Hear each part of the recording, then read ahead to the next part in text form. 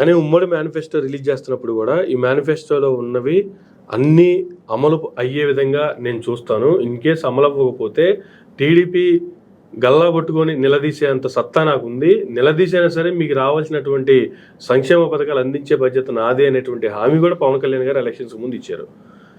Elections అయిపోయిన తర్వాత 100% strike రేట్తో ఉన్న వాళ్ళు ఇంకా గట్టిగా మాట్లాడాల్సిన అవసరం ఉంటుంది కదా, ఇంకా గట్టిగా నిలదీయాల్సిన అవసరం కూడా ఉంటుంది కదా. అది మీ ఉమ్మడి మేనిఫెస్టో కదా. చంద్రబాబు నాయుడు గారి టీడీపీ ఒక్క మేనిఫెస్టోనైతే చంద్రబాబు నాయుడు గారు సీఎం గారు కాబట్టి సీఎంగా ఆయన ఏ డెసిషన్ తీసుకున్నా that is different issue.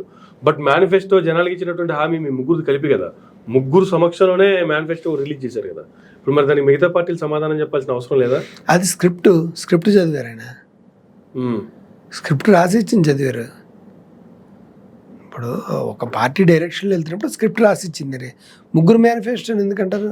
BJP వాళ్ళు మేనిఫెస్టో కూడా పుట్టుకోలేదు, ఉమ్మడి మేనిఫెస్టోనే కదా వాళ్ళు రిలీజ్ చేసి. అవును, ఉమ్మడి మేనిఫెస్టో అన్నారు కానీ బీజేపీ అందులో టచ్ చేయలేదు కదా. మేనిఫెస్టోని కూడా అప్పుడే పెద్ద ఇష్యూ అయింది కదా. బీజేపీ వాళ్ళు మేనిఫెస్టో రిలీజ్ రాలేదు, అందరూ పట్టుకున్నప్పుడు వీళ్ళు పట్టుకోలేదు, చేసేది లేదు. ఒకవేళ తర్వాత ఇటువంటి పరిస్థితి చూసినప్పుడు మమ్మల్ని కూడా కలిపి అడుగుతారు కాబట్టి దీంతో మాకు సంబంధం లేదు పక్క తప్పున్నట్ట అంతే. అలాంటప్పుడు మరి అసలు ఆ సమావేశాన్ని బాయ్కట్ చేస్తే అయిపోయేది కదా. ఇప్పుడు బాయ్కట్ ఎందుకు చేస్తారండి? వాళ్ళకి సీట్లు వచ్చినప్పుడు, 8 సీట్లు వచ్చినప్పుడు, ఒక ఎమ్మెల్సీ వచ్చినప్పుడు, రేపు పొద్దున ఇంకో రాజ్యసభ సభ్యుడు వచ్చినప్పుడు వాళ్ళ బలానాలు పెంచుకునేటప్పుడు ఇది ఓకే సార్, ఎలక్షన్స్ తర్వాత వచ్చాయి కానీ వీళ్ళు మేనిఫెస్టో అనేది ఎలక్షన్స్ బిఫోర్ రిలీజ్ చేసింది కదా. అవునండి. అప్పుడు ఆ మేనిఫెస్టోతో మాకు సంబంధం లేదు అనుకున్నప్పుడు ఆ మేనిఫెస్టో మీటింగ్ కూడా వీళ్ళు రాకుండా, ఆ ప్రతినిధి కూడా ఎవరు లేకుండా ఎవరు వచ్చారు రిలీజ్ చేయండి అంటే అయిపోయింది కదా. వచ్చి నుంచున్నారు, కూటమిలో పనిచేస్తున్నారు కాబట్టి వచ్చి నుంచున్నారు తప్ప వాళ్ళు ఎక్కడా కూడా ఇందులోనే పార్టిసిపేట్ చేయలేదు. వాళ్ళు ఏంటంటే వాళ్ళు అడిగేది అంటే మీరు మా వెనకాల బతిమాలారని. మోడీ గారు కానీ భారతీయ జనతా పార్టీ కానీ ఎప్పుడూ చంద్రబాబు నాయుడు తోటి స్నేహం చేయాలనుకోలేదు, పొత్తు పెట్టుకోవాలనుకోలేదు. ఇది డైరెక్ట్గా చెప్పారు మాటలు. ఇది అమిత్ షా గారి వరకు వదిలేండి. అమిత్ షా గారు హిందీ వ్యవహారం అంటే మన వాళ్ళకి అర్థం కావచ్చు, అర్థం కావచ్చు. పవన్ కళ్యాణ్ గారు స్వయంగా చెప్పారు వాళ్ళ చేత నేను తిట్లు తినవలసి వచ్చిందని. ఇప్పుడు ఎందుకంటే సోమవీర్రాజు గారు అధ్యక్షులుగా ఉన్నప్పుడు జనరల్గా జగన్మోహన్ రెడ్డి గారు వాళ్ళు కలిసి ఉండేవారు లోకల్లో. ఇటు క్రియాశీలకంగా భారతీయ జనతా పార్టీలో ఉన్నటువంటి రాజ్యసభ సభ్యులు జీవీఎల్ నరసింహారావు గారు కూడా వాళ్ళతో చట్టాపట్టాలు వేసుకుంటూనే ఉన్నారు. చంద్రబాబు నాయుడు గారికి ఎక్కడా కూడా ఛాన్స్ ఇవ్వలేదు.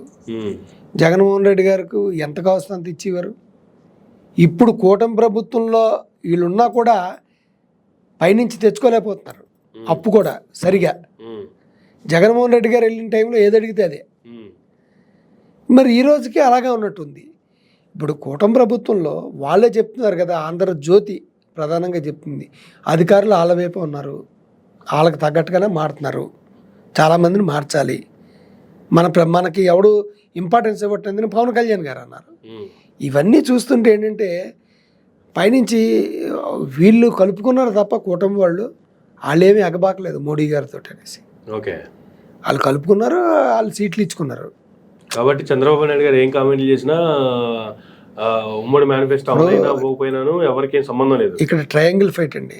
చంద్రబాబు నాయుడు గారి సమక్షంలో పవన్ కళ్యాణ్ గారు కామెంట్ చేయరు, మోడీ గారు అమిత్ షా గారు సమక్షంలో చంద్రబాబు నాయుడు గారు కామెంట్లు చేయరు.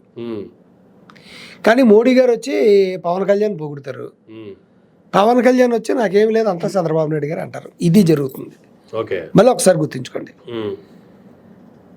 పవన్ కళ్యాణ్ గారు చంద్రబాబు నాయుడు గారు ఏం మాట్లాడరు. నువ్వు ఇంద్రుడివి, నువ్వు చంద్రుడివి, నువ్వు రారాజువి, నువ్వు లేకపోతే రాష్ట్రం లేదు, ఇలా మాడతారు. చంద్రబాబు నాయుడు గారు వెళ్ళి మోడీ అమిత్ షా గారి దగ్గర అలాగే మాడతారు. మీరు ఏదంటే సార్ ఒక్క బోర్డుకి మద్దతు ఇమ్మంటే ఇచ్చేస్తారు. పైకి ఏదైనా మాటకొచ్చి బయటకు ఇచ్చారు, ఇవాళ ఇచ్చారు, మాడతారు.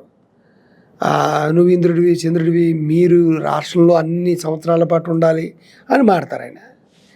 మళ్ళీ మోడీ గారు వచ్చి ఏమని చేస్తారు పవన్ కళ్యాణ్ దగ్గరికి, నువ్వు ఉన్నావు చాలయ్యా, నువ్వు ఉంటే మొత్తం చాలు, మొత్తం అంతా సౌత్ ఇండియా అంతా నీ చేతిలోనే పెడుతున్నాను, సౌత్ ఇండియాకి నార్త్ ఇండియాకి మొత్తానికి నేను ఎలాగో నువ్వు అలాగా అని చెప్పి వాళ్ళ కాలే తగిలించేసుకున్నారు సౌత్ ఇండియా మోడీ అని వీళ్ళు చెప్తారు.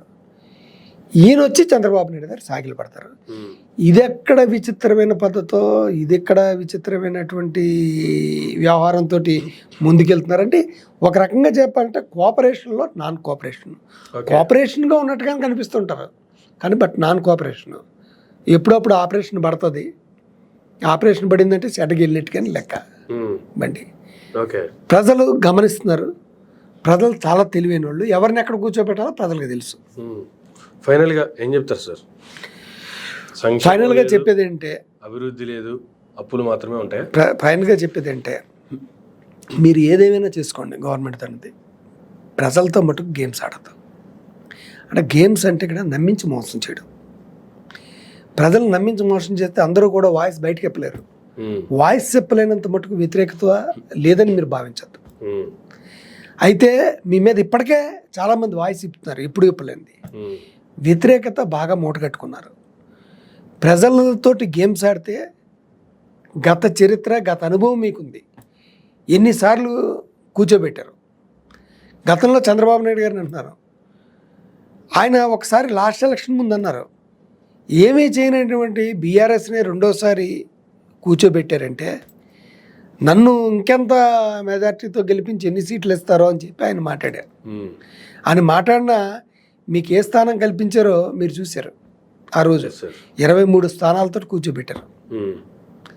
సో ఇంకా పడిపోయేటువంటి అవకాశం ఉంది.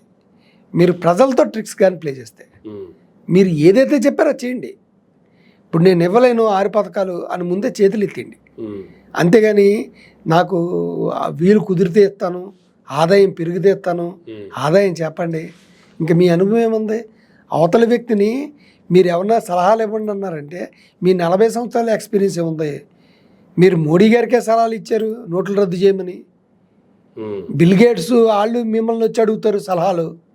మీరు ఇప్పుడు సామాన్యమైనటువంటి ప్రజల్ని మీరు నాకేమన్నా ఆదాయం పెంచే మార్గం చెప్పండి అంటే అది ఎంత? ఇది ఎలక్షన్ ముందు ఏమన్నారు, సంపదను ఎలా పెంచాలో నాకు తెలుసు అన్నారు. ప్రజలు అడిగారు రిపోర్టర్స్ ఆ రోజు, ఎలా పెంచుతారండి సంపదనని. ఆ రోజు చెప్తాం అన్ని టాప్ సీక్రెట్స్ మీకు ఇప్పుడే చెప్తాం ఏంటి, సంపదను ఎలా పెంచాలో తెలుసు అన్నారు. ఇప్పుడు చేతులు ఎత్తేస్తున్నారు. అందుకే మిమ్మల్ని యూటర్న్ అన్నారు. యూటర్న్ అని ఎందుకన్నారో తెలీదు. ఈ కారణాలు కావచ్చు. ఎప్పుడు కూడా ఏదైతే మాట్లాడారో అది చేయండి. ప్రజల్లో ఒకటిగా చెప్తున్నాను, మేము ప్రభుత్వాన్ని క్వశ్చన్ చేస్తున్నాం తప్ప ఏదో ప్రతిపక్షం తరపున సపోర్ట్ చేస్తున్నాను అనుకోదు. ప్రతిపక్షంలో ఉన్నప్పుడు ఎవరైనా క్వశ్చన్ చేయాలా, ప్రభుత్వాన్ని మాత్రమే క్వశ్చన్ చేయాలి. జగన్మోహన్ రెడ్డి గారు అధికారంలో ఉన్నప్పుడు జగన్మోహన్ రెడ్డి గారిని ప్రశ్నించాం. ఇప్పుడు వాళ్ళ ప్రస్తావన అనవసరం, వాళ్ళకి ఇచ్చే పనిష్మెంట్ ఇచ్చారు. ఇప్పుడు మిమ్మల్ని మాత్రం ప్రశ్నిస్తాం, సమాధానాలు చెప్పాలి. మీరు చెప్పి తీరాలి. ప్రజలకు ఏదైతే అనుకున్నా అందులో 50% అని చేయండి. అంతే తప్ప పెన్షన్లు ఇచ్చేసి ఇదే అన్నీ అనుకోండి వాటితో ఎక్కువాలంటే ఎవరికి నచ్చినట్టుగా అలా అర్థం చేసుకుంటారు. దానివల్ల నెగిటివిటీ ఎక్కువ ప్రయత్నం అవకాశం ఉంది అని తెలియజేస్తున్నాను. Thank you sir, thank you very much అండి. ఇదండి హనుమత్ ప్రసాద్ గారు తినేటంటారు. మరొక గంటలో మళ్ళీ కలుద్దాం. చూస్తున్నానండి మేరమడిగా.